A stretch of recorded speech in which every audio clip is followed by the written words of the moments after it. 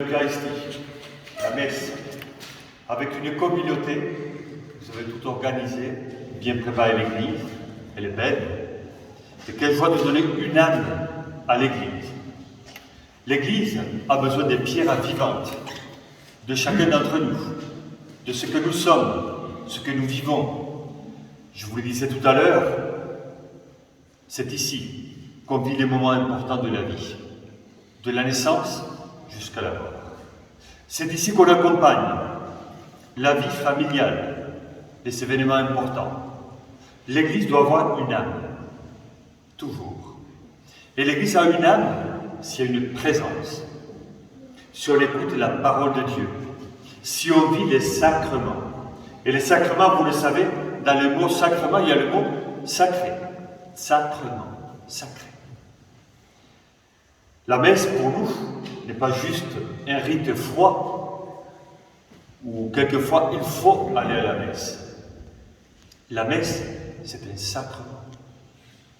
Ce Dieu mystérieux qui est le nôtre nous dit « Je suis là, avec toi, au milieu de ta vie.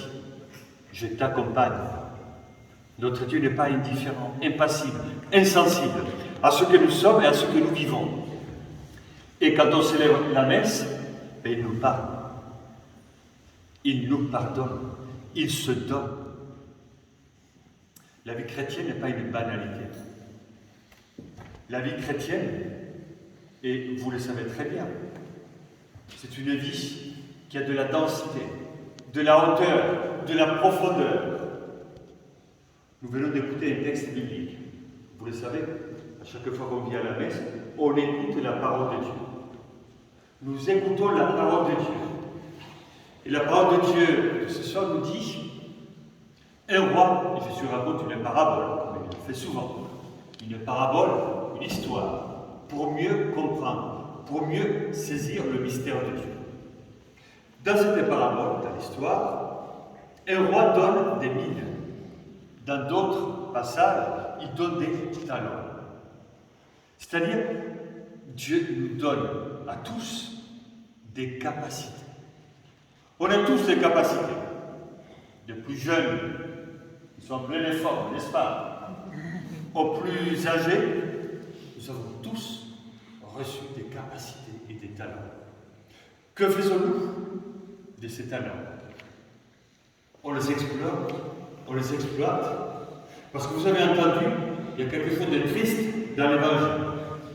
Une personne a reçu une mine, un talent, et il le cache. Il a peur. La peur ne peut pas être le moteur de notre vie. Autrement, on s'assoit, on pleure, on meurt. La peur ne peut pas guider nos vies. Le Seigneur nous a donné des talents, des capacités. C'est à nous, d'abord, de connaître, de comprendre et de célébrer les talents que nous avons. Tous. Je n'ose pas imaginer les secondes que le Seigneur passait dans notre vie pour dire tiens, lui je l'ai oublié, elle je l'ai oublié. Non. Nous avons tous des talents. Mais il faut mettre ces talents au service de la communauté. Alors, quand on célèbre notre Dieu, on se dit mais quel bonheur de savoir que Dieu n'est pas indifférent à ce que nous sommes. Certes, nous ne sommes pas au paradis, et parfois nous devons négocier les souffrances de la vie. Mais il est bon de savoir que le Seigneur marche avec nous. Ces talents que nous avons en nous, ils sont pour nous, mais surtout pour les autres. Quand on sait chanter, jouer, chantons pour les autres.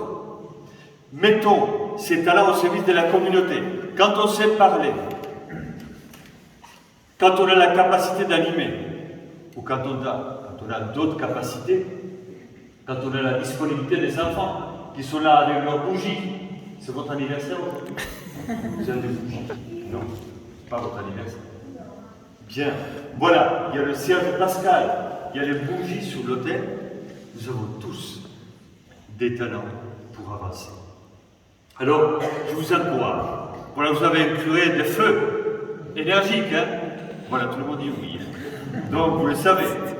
Alors, quand on a un curé dynamique, il faut profiter. Il faut que le curé profite des fidèles et que les fidèles profitent du curé. Et moi, je dis souvent, vous voyez, je viens de Lourdes. Vous avez entendu à la télé beaucoup parler des évêques rassemblés à Lourdes avec tous les problèmes qu'il y a eu dans l'histoire depuis les années 50. Et moi, je me dis, malgré tout, il faut réparer le mal fait, mais il faut encourager les prêtres. Il faut aimer les prêtres. Les prêtres ne sont pas un club de parfaits.